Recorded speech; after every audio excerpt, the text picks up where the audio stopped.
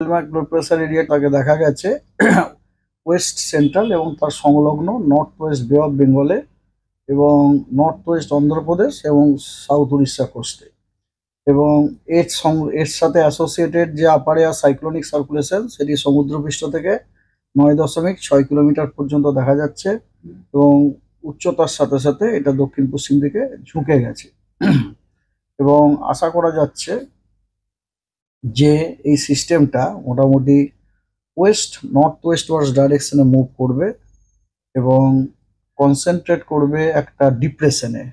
এই সিস্টেমটার জন্য কিন্তু কোনো ডাইরেক্ট এফেক্ট আমাদের পশ্চিমবঙ্গে পড়ার সম্ভাবনা নেই, ঠিক আছে। হালকা পাসিং শাওয়ার আমরা পেতে পারি। প্রতিদিনই জেলাগুলোতে আইদার আপনার হোয়াইট স্প্রেড রেনফল অথবা ফেয়ারলি হোয়াইট স্প্রেড রেনফল হওয়ার সম্ভাবনা আছে। হালকা এবং মধ্যমবর্গীয় আইদার হোয়াইট স্প্রেড অথবা ফেয়ারলি হোয়াইট স্প্রেড রেনফল হওয়ার সম্ভাবনা আছে। আর উত্তরবঙ্গে একদম উত্তরে যে 5টা জেলা, ওই জেলাগুলোতে আপনার আইদার ফেয়ারলি হোয়াইট স্প্রেড অথবা হোয়াইট স্প্রেড রেনফল হওয়ার সম্ভাবনা আছে।